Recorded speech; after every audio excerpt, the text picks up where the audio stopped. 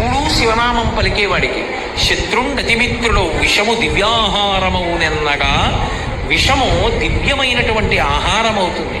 కాబట్టి శివ శివేచ్ఛాభాషణోల్లాసకిం ఎప్పుడూ శివనామం పలకాలనేటటువంటి ఉత్సుకత కలిగినటువంటి వాడికి పై ప్రయోజనములన్నీ సిద్ధిస్తాయి.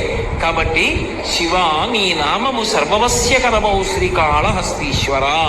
శివ మీ నామము ఇప్పుడు అప్పుడు అని లేదు, ఎప్పుడూ కూడా ఆశ్రయించడానికి యోగ్యమైనదే.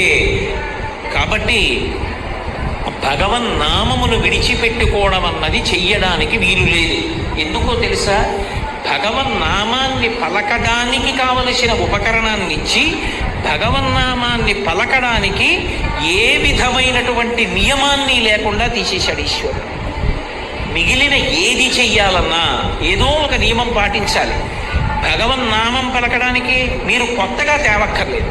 నేను అభిషేకం చేస్తాను అన్నాను అనుకోండి, కనీసం నీళ్లు తెచ్చుకోవాలి. నేను సంధ్యావందనం చేస్తాను అన్నాను అనుకోండి, ఆచమనం చేయడానికి కనీసం అక్కడ ఒక పాత్ర ఉండాలి.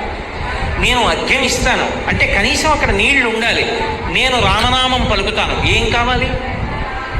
నీకేం కావాలో అది పరమేశ్వరుడు ఇచ్చేశాడు. అది ఎప్పుడు నీతో ఉంటుంది. స్వరపేటిక కంఠంలో పెట్టాడు. ఆ స్వరపేటిక ఉన్న కారణం చేత నామమును పలకడానికి నీకు వేరొక